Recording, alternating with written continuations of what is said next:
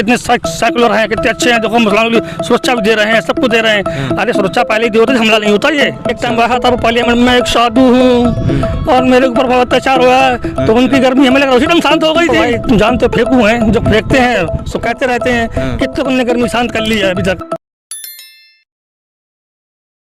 क्या नाम है आपका? जी मोहम्मद रिजवान। मोहम्मद रिजवान जी, क्या कहेंगे असदुद्दीन ओवैसी साहब समाजवादी पार्टी के गढ़ में आए हैं आज? समाजवादी के घर में समाजवादी से लोग परेशान हैं, इसलिए लोगों ने उनको बुलाया था, इसलिए वो आए थे।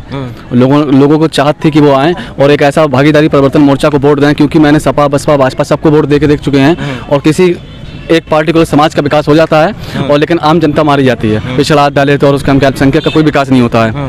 और इसी जिस प्रकार से असदुद्दीन ओवैसी साहब कह रहे हैं कि भारतीय जनता पार्टी का भी सीटिंग एमएलए है, वो लखनऊ को जाके सो जाता है। हाँ, उसका हम क्या विकास कोई भी देखने को नहीं मिला, कोई भी ऐसा काम देखने को नहीं मिला है कि कोई कॉलेज खोला हो, कोई हॉस्पिटल खोला हो या सड़कें ऐसी बनवाई हो, कोई भी ऐसी व्यवस्था 5 साल में देखने को नहीं मिली है कि उनको जनता दोबारा से वोट करे। जिस प्रकार से असदुद्दीन ओवैसी लोग कह रहे हैं, भीड़ जो आई है असदुद्दीन ओवैसी ने उनके हेलीकॉप्टर को देखने के लिए। हेलीकॉप्टर तो बच्चा पैदा होता तब से देखने लगता है, तो उनको देखने आए थे लोग, जो इतनी दिलचस्पी, जो लोग घंटों से बैठे हुए थे हेलीकॉप्टर के लिए नहीं बैठे, वो तो भगवान में कहीं भी होते वो देख लेते हेलीकॉप्टर। हाँ, सिर्फ असदुद्दीन ओवैसी को देखने आए थे। तो क्या लग रहा है आपको यहाँ पर जिन उनके अलायंस का जो कैंडिडेट खड़ा हुआ है डॉक्टर भूपेंद्र सिंह साहब, क्या लग रहा है आपको? वो तो सबको ही मालूम है कि वो बहुत अच्छा लग रहा है, फाइट में वही हैं और उसका हम क्या इंशाल्लाह जीतेंगे भी वो। तो ओवैसी साहब आए यहाँ पर, उन्होंने ये तकरीर करी, आपको कितना मोटिवेट हुए आप? उनसे लोग तो वैसे तो उनकी तकरीर सुनते ही रहते हैं। अभी आपने सुना होगा कर्नाटका में जो मुस्कान बहन थी, वो भी उनकी तकरीर सुनती थी, उनसे इंस्पायर होकर उन्होंने आज ऐसा काम किया कि सारे लोग सिर्फ ओवैसी साहब को देखना था, फेस टू फेस देखना था, इसलिए लोग आए। नहीं तो ओवैसी साहब हर किसी को इंस्पायर कर देते हैं 10 मिनट में ही। अच्छा, क्या नाम है आपका? नदीम हुसैन। क्या कहना चाहेंगे जिस प्रकार से असदुद्दीन ओवैसी साहब यहाँ पर अब जो काफ़ी तादाद में भीड़ थी, क्या लग रहा है आपको? मुझे लग रहा है कि हम अपने वोट को मजबूत करें और जो भागीदारी परिवर्तन पार्टी है उसको मजबूत करें और हमारा एमएलए चुन के लखनऊ तक जाए, जिससे हमारी आवाज़ बुलंद हो। क्योंकि इस भाजपा की सरकार में और सपा की सरकार में केवल हमें कुचला गया है और कुछ भी नहीं मिला। यहाँ पे देख लीजिए कि कितनी बेरोजगारी है, कि आज आदमी खाने को भूख मरी है और सरकारें कहती हैं गल्ला देने से थोड़ी ना कुछ होता है। भाई रोजगार होगा, हम गल्ला खुद खरीद सकते हैं, रोजगार होगा, रोजगारी नहीं है तो आदमी क्या करेगा, भूख मरी है, मर रहा है। आपको लग रहा है असदुद्दीन ओवैसी साहब अगर इनका कैंडिडेट निकलेगा तो ये सब मतलब सॉल्व? बिल्कुल सॉल्व होगा, क्यों नहीं होगा। जब हमारा कैंडिडेट होगा, हम मजबूत होंगे, हमारी वोटिंग मजबूत होगी तो क्यों नहीं हल होगा। हम आवाज उठाएंगे हर सरकार के खिलाफ, बस नहीं कहना चाहता। अच्छा, क्या नाम है आपका? हमारा नाम मोहम्मद तैयब अलवी है। क्या कहना चाहेंगे ओवैसी साहब के बारे में? मैं ओवैसी साहब के बारे में ये कहना चाहूँगा, ओवैसी साहब एक बिना डरने वाले निडर नेता हैं, जो संविधान में अपनी बात को खुलकर रखते हैं और कानून के दायरे में रहकर बात करते हैं। जो लोग कानून के खिलाफ जाते हैं वो उनके खिलाफ सख्त एक्शन की बात करते हैं। जिस तरह से सारी पार्टियों में गुंडे लोग और गलत लोग हैं, उनके खिलाफ खुलकर बोलते हैं और वो किसी से नहीं डरते हैं और अपनी बात को जनता के बीच रखते हैं और जनता के हक की बात करते हैं। ओवैसी साहब ने कभी भी हमेशा हर किसी हिस्सेदारी की बात की है, उन्होंने किसी एक कौम के लिए नहीं कहा है, उन्होंने हिंदुस्तान को एक बनाने की बात कही और हिंदू मुस्लिम एकता को साथ लाने का उन्होंने काम किया है। और ये आज आपने भगवान में देखा होगा, लोग कहते थे कि ओवैसी केवल मुसलमानों के नेता हैं, आज सारे कौम को उन्होंने इकट्ठा किया है और उन्होंने ये दिखा दिया कि ओवैसी साहब देश का भला चाहते हैं। और जब ओवैसी साहब यहाँ आएंगे तो यहाँ का कैंडिडेट जीतेगा तो हमारी आवाज़ को उठाएगा। पार्लियामेंट में ओवैसी साहब के जैसा बोलने वाला कोई भी नहीं है, वो निडर होकर बोलते हैं और हर आवाज़ को खुलकर वो उठाते हैं। कोई भी उनका नेता इम्तियाज जलील साहब केवल एक सांसद हैं, लेकिन जब वो खड़े हो जाते हैं, ओवैसी साहब संसद में खड़े हो जाते हैं, संसद में जब वो खड़े होते हैं तो सारे लोगों के और विपक्षी लोगों के, विपक्ष के जो एमपी हैं उनके पेट में हौला मचने लगता है, पता नहीं अब ये क्या करेंगे। जब CAA का जो बिल आया था तो ओवैसी साहब ने निडर होकर संसद के अंदर उस बिल को फाड़ दिया था और कहा था इसको महात्मा ने भी स्वीकार नहीं किया, महात्मा गांधी ने स्वीकार नहीं किया, हम भी स्वीकार नहीं करेंगे, ये देश के खिलाफ है, ये देश को बांटने की बात करता है। अच्छा, ये सब चीज़ें देखकर इसलिए अब ओवैसी साहब को स्वीकार कर रहे हैं? ओवैसी साहब को हम इसलिए स्वीकार कर रहे हैं क्योंकि वो हर किसी के गरीबों के हक की बात करते हैं, दलितों के हक की बात करते हैं। अभी तक सारी पार्टियां केवल अपनी अपनी कौम, अपनी अपनी बिरादर की बात करती हैं और ओवैसी साहब किसी बिरादर की बात नहीं करते हैं, जबकि वो हिंदुस्तान को, हर इंसान को हिंदुस्तानी की नज़र से देखते हैं, किसी भी बिरादर की नज़र से नहीं देखते हैं। मतलब जिस प्रकार अभी असदुद्दीन ओवैसी के ऊपर हमला हुआ, कुछ लोग कह रहे हैं कि साजिश के तौर पर हुआ, मतलब असदुद्दीन ओवैसी साहब ने खुद हमला करवाया।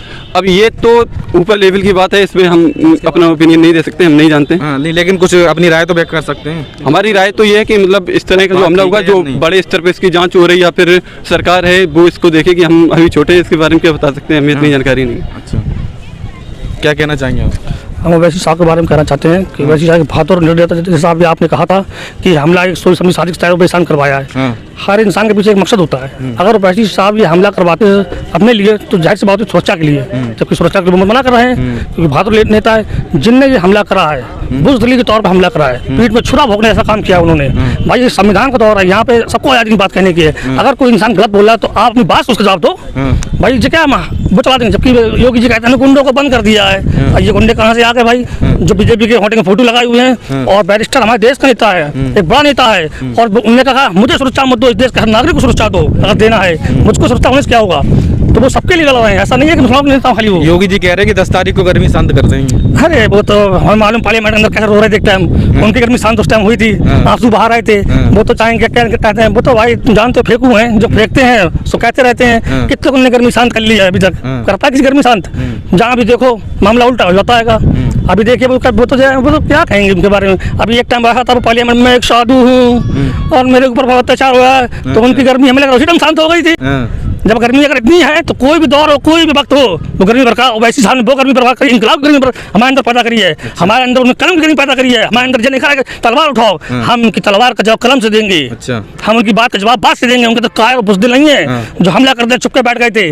और ये छोटी समझी साजिश थी उनकी। उन्होंने कहा था, उन्होंने कबूला है कि मैंने ओवैसी साहब को मारने के लिए, तब वो नीचे झुके हैं। मैं समझा कि मैं मर गया हूँ, ओवैसी साहब मर गए होंगे। ओवैसी साहब ऐसा बुज़दिला काम कभी नहीं कर सकते हैं। वो एक निडर और अच्छे वक्ता हैं। सचिन और शिवम के सपोर्ट में भी काफी संगठन खड़े हो गए हैं, कह रहे हम इनका साथ हैं। अरे वो साथ होने के लिए तो अब जो ऐसे लोग साथ में हैं जो कभी देश में जिन्हें आज़ादी की बात करने के लिए याद कर हम देशभक्त हैं, जो अपने नागपुर के कार्यालय झंडा नहीं लगाते हैं, वो कहते हैं हम देशभक्त हैं। जो ओवैसी साहब जिस प्रकार से अपनी आवाज उठा रहे हैं, इन लोगों के ऊपर ये क्यों नहीं लग रहा है? अब भाई ये सरकार है, देख रहे हैं अभी आप किसान वाले जो मार के बाहर आ गए। ये भी कह रहे हैं कि कोई मुसलमान अगर ये हरकत कर देता तो उनके ऊपर लग जाता ये। हाँ तो ये तो आपके सामने है, देखो मुसलमान का मुंह से बोलना है, मान लो कि 47 काफी निकल गया हो, और ये कुछ जगह की 47 से मार दे कुछ नहीं होता है। ये 43 साल मार दे कुछ भी नहीं होता है। और हमारा मगर अपनी बात को कहना बंद नहीं करेंगे। ये सोच रहे होंगे कि हम डर जाएंगे, धमका के रख लेंगे। ये कौम किसी के डरने वाली नहीं है। अच्छा। हाँ, हक के लिए हमेशा लड़ी और लड़ती रहेगी। टीपू सुल्तान ने एक बात कहा था, गीदड़ की जिंदगी से बेहतर है कि शेर की जिंदगी चाहे 2 दिन की क्यों ना हो। अच्छा, तो क्या लग रहा है आपको, ओवैसी साहब को जेट सिक्योरिटी लेनी चाहिए या नहीं लेनी चाहिए? ओवैसी साहब को जेट सिक्योरिटी लेना चाहिए, ये मेरी राय है। क्योंकि अच्छी बात है, लेना चाहिए। देश के बड़े नेता हैं और ये देश का संविधान भी कहता है। जैसे कि अभी उसने अमित शाह ने भी कहा था कि मेरी चिंता दूर करो। पहले चिंता को बनाते हैं फिर चिंता दूर कराते हैं। पहले चिंता पैदा करेंगे फिर लोगों में दिखाने के लिए कि हम कितने सेकुलर हैं, कितने अच्छे हैं, देखो मुसलमानों के लिए सुरक्षा भी दे रहे हैं, सबको दे रहे हैं। अरे सुरक्षा पहले ही दे होते हमला नहीं होता ये। अच्छा, तो क्या चाह रहा है भोगांव का मुसलमान? भोगांव का मुसलमान एक मुसलमान MIM जनाधिकार पार्टी के साथ में है और इंशाल्लाह हमारा प्रत्याशी कामयाब होगा।